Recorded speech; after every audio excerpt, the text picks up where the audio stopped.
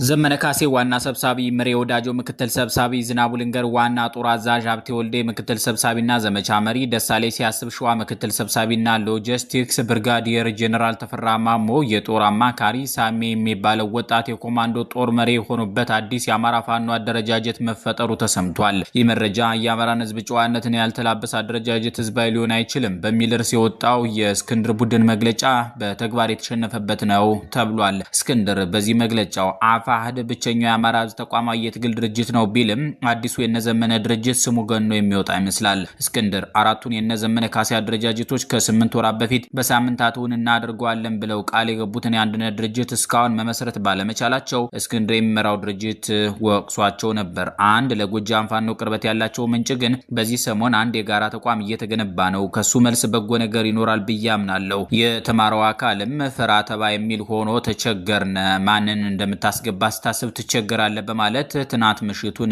ምስጢር አሹልከው ነበር። ምንጩ አክለው ይህን ትግል ማን ተረክቦ አገር መሪ መሆን እንዳለበት ስታስብ ትጨነቃለህ። ተመልሰ ትግል ነው የምትወጣው ወይንስ በመጨረሻ አገርን ወንበርን ለማን ነው የምትሰጠው? ለታጋዩ ለራሱ ከነድድብናው ሁሉ መሪ ማድረግ ምሁር ነኝ ባዩን ምሁራኑን ወይም ባለወረቀቱን እንደ ህዋት አጥፍተህ የቱን ብቻ ይከብደኛል እያሉ ጭንቀታቸውን ተንፍሰውታል። እስክንድርና ጓዶቹ ደግሞ እነዘመነ አንድ ድርጅት መመስረት ያቃታቸው በስልጣን በመጣላት እንደሆነና ከዚህ በፊት በምርጫ ሲሸነፉ አፋህድን ረግጠው የወጡትም የስልጣን ጥያቄ በማንሳት እንደነበር አውቃለሁ ባይ ሆኗል። በተግባር ደግሞ እነዘመነ ተቋም መስርተን አሳይተናል እያሉ ነው። እነዘመነ እነስክንድርን አፋህድን አፍርሳችሁ እንደ ጠቅላይ ግዛት አንድ እንሁን፣ የአማራ ድርጅት አያስፈልግም የሚል ኋላ ቀር የዘመነ መሳፍንት ቀመር ይዘው በቀጠናዊ ወይም በጎጣዊ ትስስር ስም ብቅ ማለታቸውን የትናንቱ የእነስክንድር መግለጫ አትቷል።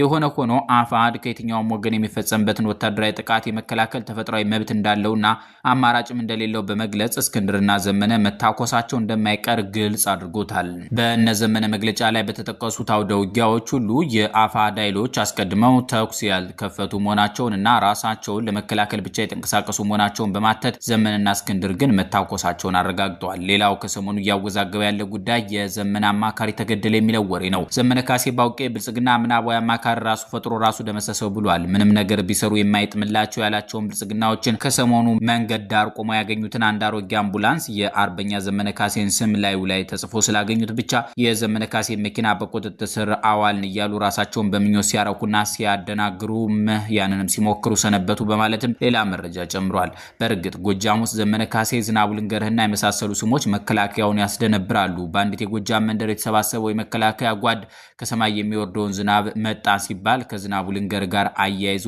እንደደነገጠ የአካባቢ ምንጮች ይናገራሉ። መኪና ላይ መለያ ስምን መጽሐፍን በተመለከተ በብዙ የጎጃም አካባቢዎች የሚንቀሳቀሰውና በቅርቡ መሪው የተገደለበት መብረቁ ተፈራ ብርጌድ ተጠቃሽ ነው። አብያ በሚባለው የምስራቅና ምዕራብ ጎጃም መገናኛ ሰርጥ ውስጥ ከ3 በላይ በምቾት የሚንፈላሰሱ መብረቁ ተፈራ የሚል ጽሑፍ የፊት መስታወታቸው ላይ የተከተበባቸው ተሽከርካሪዎች ይታያሉ። የዘመነ ካሴ አፈቀላጤዎች ግን መከላከያ የፋኖ መሪውን መኪና እንደተቆጣጠረ ከገለጸ በኋላ እኛ ዘመነ ካሴ መኪና እንደሌለው የምናውቀውን እያሰብን ስንስቅ መሰንበታችን አልቀረም ብሏል።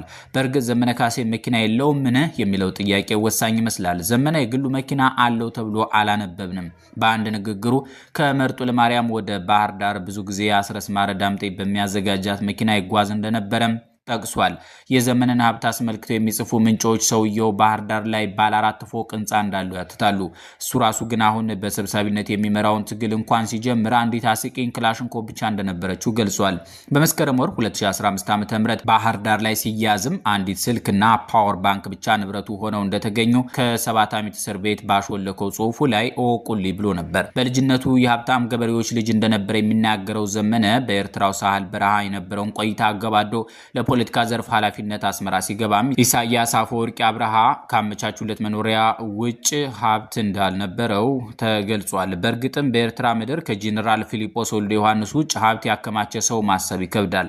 ራሳቸው ወዲ አንፎም ያበሻርቂያቸውን እየቀነደቡ ባረጀች ከተማ የደሃና መናኛ ሰው ኑሮ እንደሚገፉ ይነገራል። በዚህ ላይ ብዙ የተጻፈለት የዘመነ ካሴ ገንዘብ አባካኝነት ሲታከልበት መኪና ባይኖረው የማይደንቅ ሰው ያደርገዋል። ዘመነ ካሴ ባውቄ ገንዘብ አያያዝ ላይ ልክ በስሙ ይጠራለት እንደነበረው በላይ ዘለቀ ላቀው ነው። የኮስትር ጌታ ሲበዛ ገንዘብ ይፈራ እንደነበረ ስብሐት ገብረ እግዚአብሔር እነሆ ጀግና ላይ ጽፏል። ቀዳማዊ ኃይለ ሥላሴ ከድል በኋላ ደብረ ማርቆስ ገብተው በላይን በማስጠራት 12000 ብር ሰጡት። በላይም ከደብረ ማርቆስ እስከ ቢቸና ብቻ ላለው ሁሉ ድሃ ሰጥቶ ጨርሰው። በላይ ዘለቀ ገንዘብ ትራሴ ውስጥ አታድርጉ ይቀጠቅጠኛል እንደነበረ ስብሃት ላብ ጽፏል። ዘመነም ገንዘብ ፈጽሞ እንደማይበረክትለትና ብዙ ጊዜ በኦዲት ምርመራ እንደሚጎርልበት ጓደኛው ደግነቱ ዘውዱ ገልጿል። እናም ዘመነ መኪና አለው ለማለት ይከብዳል። ከሰሞኑ ደግሞ የፋኖ አፈቀላጤው ባንታ ዳነ የሚባልና አማካሪ በምናብ ፈጥረው በምናብ ገለውታል በማለት ዘመነ ይህን ሰው እንደማያውቀው አትቷል። ፋኖ በመግለጫው በዚህ ስም እንኳን የዘመነ አማካሪ ዘመነ የሚመራው ታጋይም የለም ብሏል። በሚሊዮን ይቆጠራል የሚባለውን የፋኖ ጦርና ደጋፊ እንዴት አውቀውት በዚህ ልክ የተለጠጠ ገለጻ እንደተጠቀሙ ፋኖዎች አላብራሩም። ይህም ሁሉ ዝግብ የፈጠረው የፌዴሪ መከላከያ ሰራዊት ሚያዝያ 20 ቀን 2017 ዓ.ም በማህበራዊ ትስስር ገጹ ያጋራው መረጃ ሲጀምር በሰሜን ጎጃም ዞን በጽንፈኛው ቡድን ላይ አስፈላጊው እርምጃ ተወስዷል ይላል። መከላከያው በሰሜን ጎጃም ዞን ግዳጁን እየተወጣ የሚገኝ ነው ያለው የምስራቅ እዝ ኮር አዴት ቅንባባ መሸንቲ አንድነት ቀበሌ ጭባዳና ማርያምና ዱር ቤቴ አካባቢዎች ባደረገው ዘመቻ ጽንፈኛ ባለው ቡድን ላይ ሰብአዊና ቁሳዊ ኪሳራዎችን እንዳደረሰ አትቷል። እሳቸው ጽንፈኛው በሚሉት ብዙ አድናቂዎቹ ራስ አርበኛ እያሉ በሚያቆላመጡት ዘመነ ካሴ ባውቄ የቅርብ አማካሪው ባንታ ዳነ ላይ ጥቃት መፈጸሙን አንድ ጀነራል ተናግረዋል። ጀነራሉ የዘመነ አማካሪ ነው ያሉት የቅርቡ ሰው ከነግብረ አበሮቹም ተገድሏል ብለዋል። ይህ የመከላከያ ሰራዊቱ ዘገባ እውነት ከሆነ ዘመነ ከበባ ውስጥ እንደገባም ማመላካች ነው ተብሏል። አንድ ጎጃም ውስጥ ያለው ወረዳ የሚሰሩ የመንግስት ኮሙኒኬሽን ጽህፈት ቤት ኃላፊ የነዘመነ ጦር በደጋው የጎጃም አካባቢና በምዕራቡ የጎጃም ክፍል ብዙ ጊዜ ግን የዘመነ አማካሪ ተገደለበት በተባለበት ሰሜን ጎጃም እንደማይጠፋ ተናግረዋል። ይህ ማለት ዘመነ አደጋ ውስጥ እንደሆነ አመላካች ነው። መከላከያው የታጣቂ ቡድን መሪዎችን የቅርብ ሰዎች ገደልኩ ሲል ይህ በቅርብ ሳምንታት ብቻ ሁለተኛው መግለጫው ነው። ከቅርብ ቀናት በፊት የጃልመሮን የቅርብ ሰው ሾዴን እንደገደለ ፊልድ ማርሻል ብርሃኑ ጁላ ገለልቻ በኤታ ማዦር ሹምነት የሚመሩት ጦር ገልጾ ነበር። እናም ዘመነ ወደ ሞት እየተጠጋ ይሆን የሚሉ አድናቂዎቹ በርክተዋል። የሆነ ሆኖ የፋኖ ነገር ዘመነ ካሴ ባውቄ ከወራት በፊት ከተናገራት አንዲት ልዩ ጥቅስ ጋር ይገናኛል።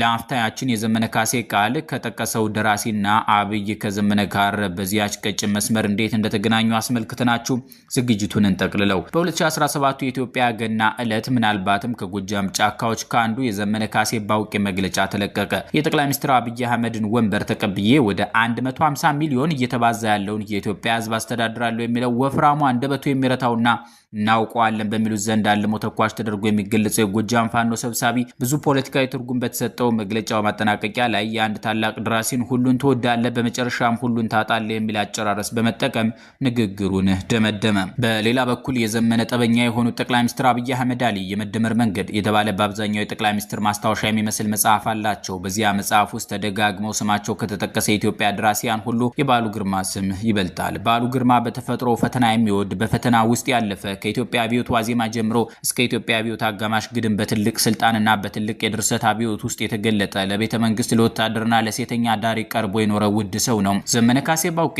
ቅኔ ጎርፍ ሆኖ በሚፈስበት ማህበረሰብ ውስጥ የተወለደ በዓሉ ቦሮማይ ሁሉን ተወዳለ በመጨረሻም ሁሉን ታጣለ የሚል ቅኔ የተቀኘላት ኤርትራ ከኢትዮጵያ ስትገነጠል ልጅ የነበረ ይህቺው ኤርትራ ዳግም ከተገነጠለችባት ኢትዮጵያ ጋር ስትዋጋ በደንብ ማስታወስ የሚችልበትን እድሜ የያዘ የአርበኞች ግንቦት 7 የፖለቲካ ዘርፍ ኃላፊ ሆኖ ከሳህን በረሃ እስከ አስመራ የተንጎማለለ በኤርትራ ምድር የሳቀ ያለቀሰ ታጋይ ነው። ጠቅላይ ሚኒስትር አብይ አህመድ አሊ በዓሉ ግርማ የህሊና ደውል የተባለው መጽሐፉ ባሳተመበት ዓመት የተወለዱ በዓሉ ሰማይ ይግባ መሬት ገደል ይግባ ገዳም በማይታወቅበት ጊዜ የ10 ዓመት ልጅ የነበሩ በህዋትና ሻቢያው የ1990 ጦርነት የሬዲዮ መገናኛ ይዘው ከኢትዮጵያ መከላከያ ሰራዊት ስር በመሆን የተዋጉ ጠቅላይ ሚኒስትር በመሆን በዓሉ ግርማ ውበቷን ለመግለጥ ቃላቱን በሚጨርስባት አስመራ ከተማ ከኢሳያስ አፈወርቂ ጋር እንደ ዘንባባዎቹ የተንፈላሰሱ መሪ ናቸው። በዓሉ ቦሮማ የፈጠረው ጸጋዬ ለማርያም የተባለው የባህሪ ገጽ ጋዜጠኛም ሰላይ መሆን የሚያምረው አለቃ ምንዝርም የሆነ አስመራንም አዲስ አበባንም የሚወድ ፊያሜታንም ሮማን ህለተ ወርቅንም የሚያፈቅር የደርግና የሻቢያ ተዋጊዎችን በሚገባቸው ሁኔታ ላይ ሁሉ የሚያደንቅ በመጨረሻ ግን ሁሉ ነገር ከእጁ ላይ ብትን የሚልበት ግልብ አብዮተኛ ነው። ጠቅላይ ሚኒስትር አብይ ወደ ኢትዮጵያ ጠቅላይ መሪነት ሲመጡ ኢትዮጵያዊነትና የቋንቋ ማንነት ላይ የቆሙ ክልሎች የተፋጠጡበት ጊዜ ነበር።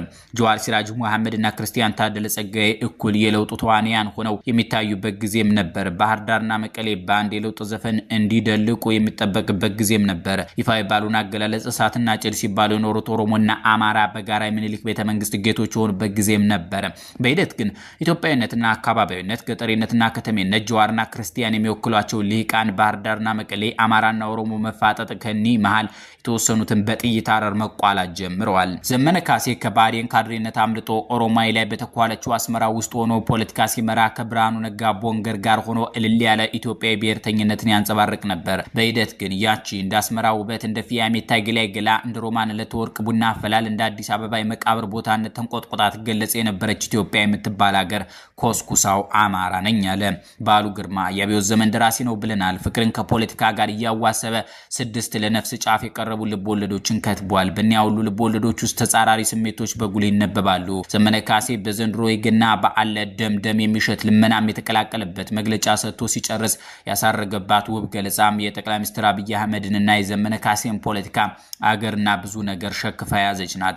ደም እንደ ጎርፎን የሚፈስበትን የትጥቅ ትግል ከሚመሩት ፋኖች መካከል ዋናው ዘመነ ካሴ ባውቄ በየትኛው ጊዜው ከየት በሚያገኘው የትኩረት ሀፍታ ኦሮማይን ጀምሮ ሴላቢ ኦሮማይ እስከሚል ድረስ እንዳነበበውና እንዳብሰለሰለው ለመገመት አሁንም ኤርትራ እንሻገር። ደግነቱ ዘውዱ በኤርትራ በረሃና በአስመራ ቀዬ ከዘመነ ካሴ ጋር ሆኖ የአርበኞች ግንቦት ሰባትን የህዝብ ግንኙነት ስራ እንደመራ ጽፏል። ቅጽል ስሙም የዚህ ዝግጅት አስኳል በሆነው መጽሐፍ የሚጠራ እንደነበረ ይገልጻል። የዘመነ የአርበኞች ግንቦት ሰባት የትግል አጋር ደግነቱ ዘውዱ ኦሮማይ ተብሎ ይጠራ ነበር።